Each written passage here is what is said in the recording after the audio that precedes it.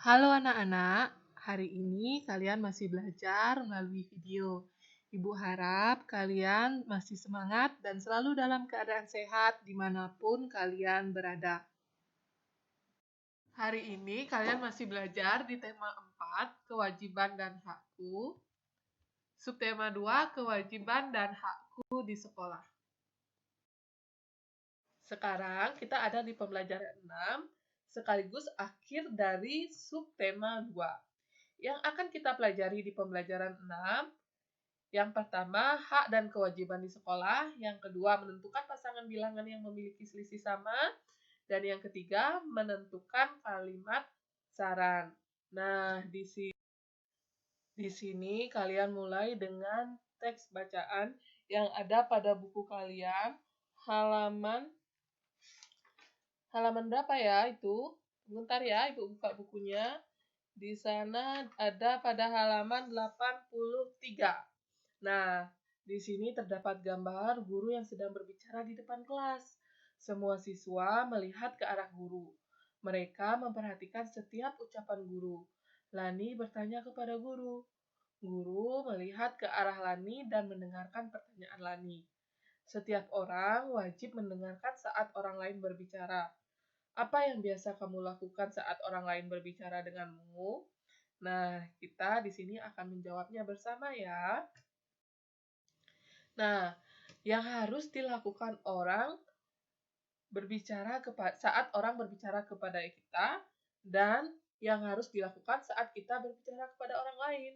Di sini yang harus dilakukan saat orang berbicara kepada kita merupakan kewajiban yang harus kita lakukan. Nah, untuk yang harus dilakukan saat kita berbicara kepada orang lain merupakan hak yang harus kita terima. Apa saja kewajiban kita saat orang berbicara kepada kita? Ya, yang pertama, mendengarkan dengan baik. Yang kedua, tidak memotong pembicaraan. Jika kalian sudah melaksanakan kewajiban ini, kalian pun akan mendapatkan hak saat kalian berbicara dengan orang lain. Apa saja hak kalian? Ya, yang pertama, didengarkan dengan baik. Yang kedua, tidak dipotong ketika berbicara. Nah, setiap orang memiliki kewajiban mendengarkan saat orang lain berbicara, seperti yang Ibu jelaskan tadi. Saat upacara di sekolah, siswa mengikuti pembina upacara membacakan teks Pancasila. Mereka seharusnya mengikuti dengan suara senada. Kadangkala ada siswa yang mengikuti dengan suara nyaring. Ada juga yang bersuara lembut. Jika pada saat upacara terdapat 580 anak mengikuti dengan suara lembut, berapa anak yang mengikuti dengan suara nyaring, dan berapa jumlah anak keseluruhan? Nah, di sini kita bisa lihat dalam bentuk pengurangan siswa yang upacara dikurang siswa yang bersuara nyaring sama dengan siswa yang bersuara lembut. Nah, jika diketahui siswa yang ikut upacara adalah 590 orang, maka berapa siswa yang bersuara nyaring?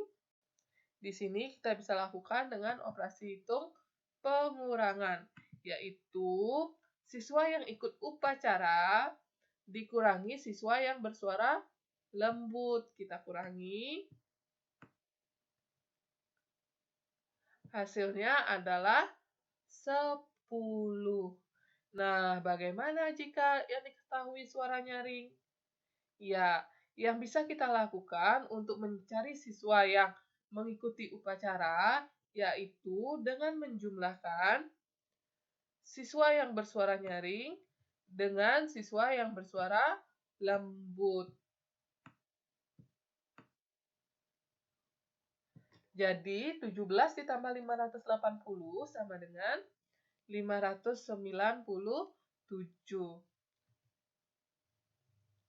Nah, kenapa bisa ada perbedaan? Karena jika angka pertama yang diketahui terletak sebelum tanda kurang, seperti saat yang diketahui pertama siswa yang mengikuti upacara ini, kan dia terletak sebelum tanda kurang, maka kurangi angka pertama dengan angka hasil. Jadi kita kurangi 590 dengan 580 untuk mencari suara yang nyaring. Bagaimana jika yang diketahui angka pertamanya itu setelah tanda kurang, seperti yang ini. Atau yang diketahui pertama suara yang nyaring. Maka jumlahkan angka pertama yang diketahui, yaitu suara nyaring, dengan angka hasil, yaitu suara yang lembut. Jadi diketahuilah siswa yang mengikuti upacara sebanyak 597. Nah, kalian buka buku tema 4 kalian halaman 88. Di sana terdapat teks bacaan setiap orang ingin didengar. Sambil kalian menyimak apa yang Ibu bacakan, kalian juga bisa ikut membacanya di rumah. Setiap orang ingin didengar. Setiap orang mempunyai cerita yang ingin disampaikan. Mereka memiliki hak untuk didengar. Kita hendaknya menjadi pendengar yang baik. Sebaiknya kita menatap mata orang yang berbicara. Apabila ada orang yang sedang berbicara, kita harus mendengarkannya sampai selesai. Berikan pendapat yang baik jika diperlukan. Perhatikan apa yang sedang diucapkannya. Jadilah pendengar yang baik. Saat kamu berbicara, gunakan suara yang lembut dan sopan. Berbicaralah tentang hal-hal yang baik. Berikan kesempatan temanmu untuk menyampaikan pendapat. Nah, kira-kira pada teks bacaan ini yang mana merupakan kalimat saran?